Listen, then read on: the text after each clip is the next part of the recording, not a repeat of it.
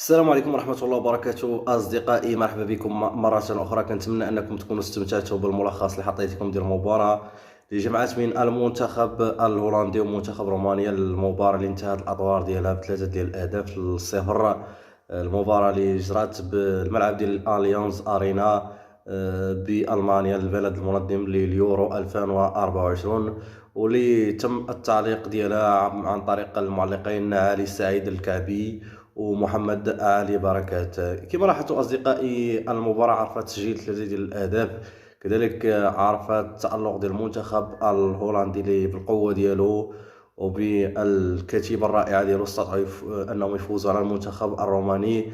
الهدف الأول جاء عن طريق اللاعب كودي كاكبو اللي هو خرج صاحب رجل المباراة بتنقيط ديال 9.2 حسب موقع ديال سوفا سكور. الهدف ديالو الأول سجلو في الدقيقة 20، كذلك عطى اسيست ديال الهدف الثاني وسجل هدف، لكن تم الرفض ديالو عن طريق الفار. كذلك لاعب آخر من المنتخب الهولندي قدم مباراة رائعة هو اللاعب دونيايل مالين، اللي قدم حتى هو أداء رائع وقام بتسجيل جوج ديال الأهداف في هذه المباراة.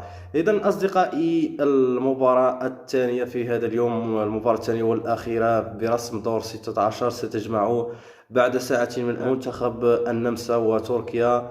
المباراة التي ستجرى الأطوار ديالها بملعب ريد بول أرينا بألمانيا، وسيعلق على أطوارها المعلق عصام الشوالي وحسن العيدروس. أصدقائي، منتخب هولندا تأهل إلى دور 16 كواحد من أفضل التوالت بعد تحقيقه للرتبة الثالثة بعد كل من النمسا وفرنسا، وجاء ثالثا ب4 نقاط ليواجه المتصدر من المجموعة الخامسة وهو منتخب رومانيا ليفوز عليه ويتأهل إلى الربع ليواجه المتأهل من مباراة تركيا والنمسا.